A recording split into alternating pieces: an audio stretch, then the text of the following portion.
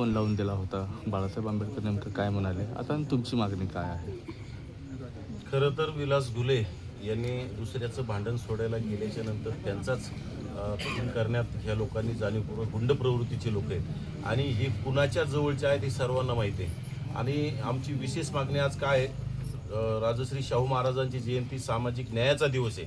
आम्ही सामाजिक न्यायाचा दिवस असल्यामुळं आम्हाला न्याय मिळावा अशी अपेक्षा करतो. जो खासदार बजरंग सोनवणे याचा मुलगा आहे, हो पुरवणी यादीमध्ये त्याचं नाव घेतलंय, परंतु पोलीस अद्याप त्यांना अटक करत नाहीत. त्यांच्यावर पाहिजे तसं कारवाई करायला टाळाटाळ करण्याचं काम पोलीस करत आहे. आणि कुठेतरी एसआयटीच्या नावाखाली कुठेतरी सगळं पांघरून घालण्याचा विषय होत असेल. यासाठी आम्ही अनेक वेळा बघितल्यात. डॉक्टर संपदा मुंडे प्रकरणात सुद्धा आम्ही एसआयटी बघितली, त्याच्यामध्ये आम्हाला काय झाले अद्याप कळालेलं नाही. जरांगेची सुद्धा एसआयटी लागली होती, त्याच्यामध्ये सुद्धा काहीच झालेलं नाही. अशा एसआयटी फक्त कुटुंबाला शांत ठेवायचं आणि एसआयटी लावली म्हणण्यासाठी हे चाललेला प्रकार आहे. आणि विशेषतः बजरंग सोनवणेचा मुलगा 100% त्याच्यात आहे. कारण बजरंग सोनवणे तात्काळ इकडं त्याचं नाव येणं आणि तो मुख्यमंत्र्याची जाणीवपूर्वक भेट घेतो. माजी राज्याच्या मुख्यमंत्री आणि ते स्वतः गृहमंत्री आहेत देवेंद्र फडणवीस यांना विनंती आहे की तुम्ही कुणालाही आरोपीला पाठीशी घालू नका. त्याचा बाप आला काय किंवा त्याचा आजा तुमच्याकडे येऊन पाय पडत असेल आणि तुमच्या राजकारणाच्या पोळी भाजण्याच्या पायी तुम्ही कुणालाही पाठीशी घालू नका. कारण इथं निष्पाप मुलाचा जीव गेलाय, त्याचं कुटुंब आहे, मुलं बाळ आहेत, त्यांनी कुणाकडे बघायचंय.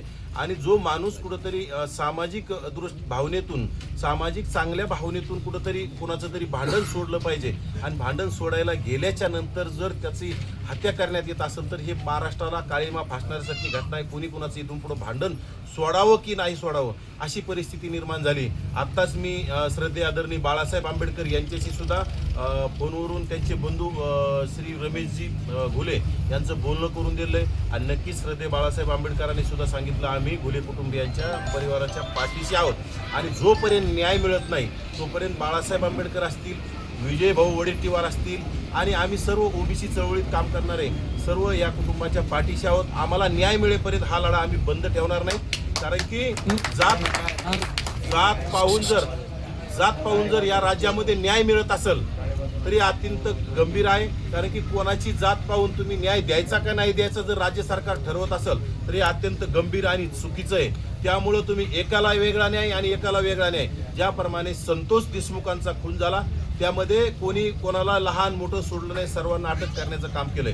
त्याचप्रमाणे कोणी खासदाराचा मुलगा असेल किंवा मंत्र्याचा मुलगा असेल, आम्हाला त्याच्याशी घेणं देणं नाही. बजरंग सोनवणेचा मुलगा सौरभ सोनवणे हा मुलगा, त्यामध्ये त्याच्या अगोदरचे 10 दिवसाचे त्याचे फोन डिटेल्स तपासले पाहिजे, CDR तपासले पाहिजे. त्यांचे ह्या ते जे कार्यकर्ते आहेत मारहाण करणारे ते अतिशय त्या सोनवणेच्या मुलाच्या जवळचे आहेत.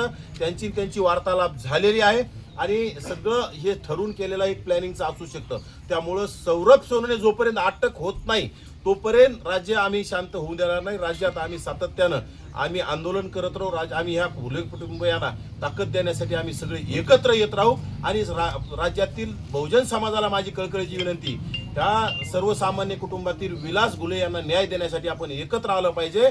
हा वंचिताचा लढा आहे, हा उपेक्षितांचा लढा आहे. आणि आपण सामाजिक न्याय दिनाच्या माध्यमातून आज मुख्यमंत्र्याला मी कळकळीची विनंती करतोय की त्या सौरभ सोनवणेला तात्काळ अटक करा आणि त्या बाकीच्या आरोपीप्रमाणे त्यांना फास्ट ट्रॅक कोर्टामध्ये निकाल दिला पाहिजे. फास्ट ट्रॅक कोर्टामध्ये हे प्रकरण गेलं पाहिजे आणि लवकरात लवकर निकाल लावून सौरभ सोनवणेसह सर्व आरोपींना फाशीची शिक्षा झाली पाहिजे.